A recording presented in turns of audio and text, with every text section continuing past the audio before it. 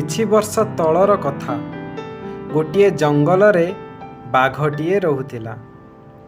ସେ ବହୁତ ଭୟଙ୍କର ଥିଲା।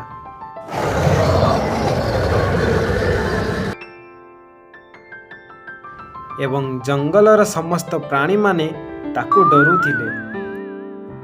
ଦିନକର କଥା, ବାଘଟି ଖୁବ୍ ଭୋକିଲା ହୋଇଥିଲା।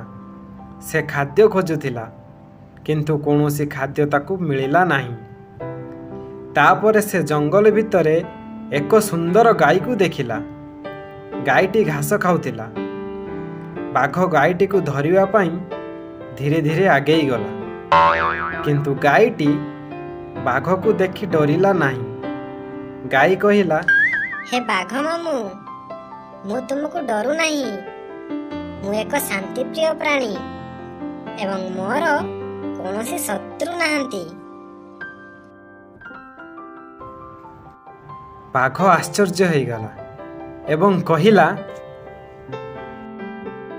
ଏ ଗାଈ କ'ଣ ମୋତେ ଡରୁ ନାହିଁ?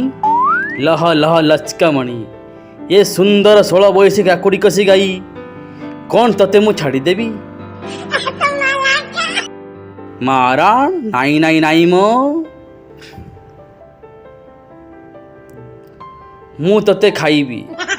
ତୋର ସବୁ ହାଡ଼ ମାଂସକୁ ମରେଇ ମୁନିଆ ମୁନିଆ ଦାନ୍ତରେ ଚୁବେଇ ଚୁବେଇ ସବୁ ହଜମ କରିଦେବି। ନାଇଁ ନାଇଁ ନାଇଁ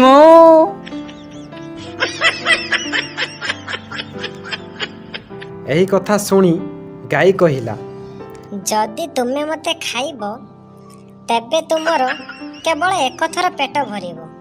କିନ୍ତୁ ଯଦି ତୁମେ ମୋ ସଙ୍ଗାତ ହେବ, ତେବେ ମୁଁ ତୁମକୁ ପ୍ରତିଦିନ ଦୁଧ ଦେବି। ତାହା ହେଲେ ତୁମର ସବୁଦିନ ପେଟ ଭରି ରହିବ। ବାଘ ଏହା ଶୁଣି ଟିକେ ଚିନ୍ତା କଲା।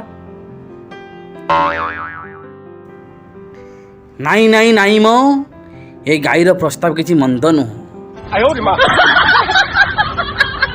ସେ ଗାଈର ପ୍ରସ୍ତାବ ଗ୍ରହଣ କଲା ଏବଂ ଗାଈ ସହିତ ସଙ୍ଗାତ ହେଲା।